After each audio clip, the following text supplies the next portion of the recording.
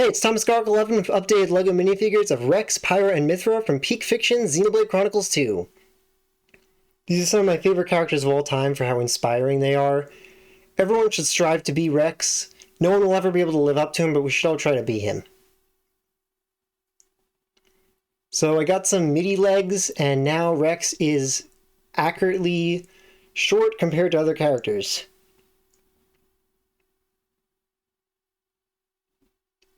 I'll also be updating a few Xenoblade 3 characters with shorter legs like this.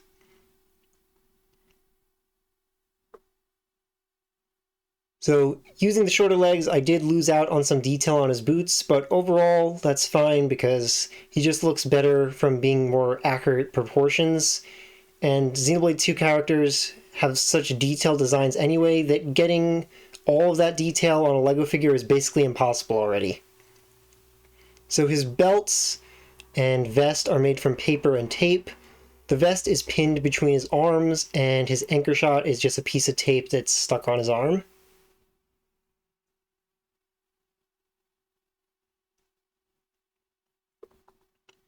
Next up, Pyra.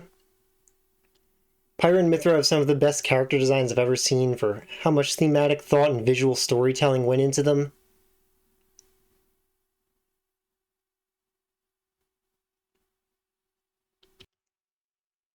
Pyra also has such an awesome scarf.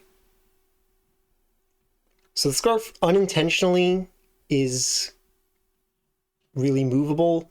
I say unintentionally because it's only like that from kind of being broken off a little. It's not pinned between her head the way it should be.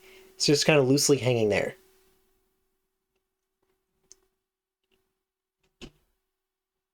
So again, with the details that don't really work on a LEGO figure, just too many details. The only one that's really disappointing is the core crystals. I couldn't get those to be accurately shaped because they're just too small, so instead they ended up as more of just green rectangles.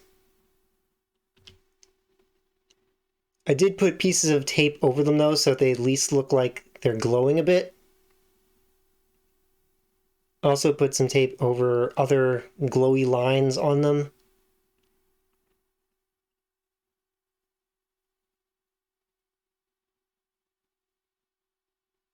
And then both Pyra and Mythra's swords are Legends of Chima swords that I customized. I have a sword tutorial video that I'll link at the end where I go into more detail about how I made these.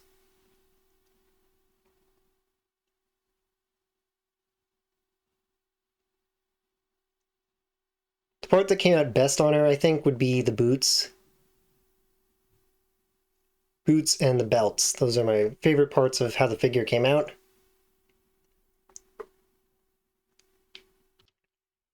Then for Mythra, I tried to capture her shining angelic aesthetic by putting a bunch of tape all along her armor.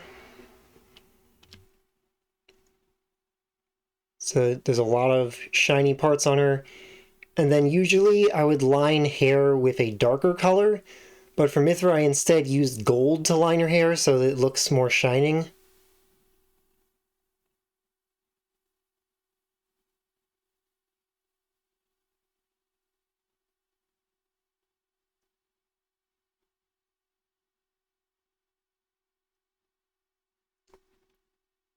Her sword is probably my favorite LEGO sword that I've made. I really like the way the energy blade comes out around it.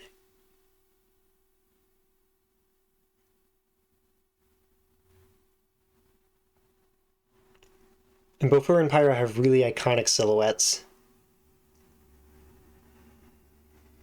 The armor bits on her shoulders are tape like a lot of the other stuff. And then her dress is made from paper along with the coattails.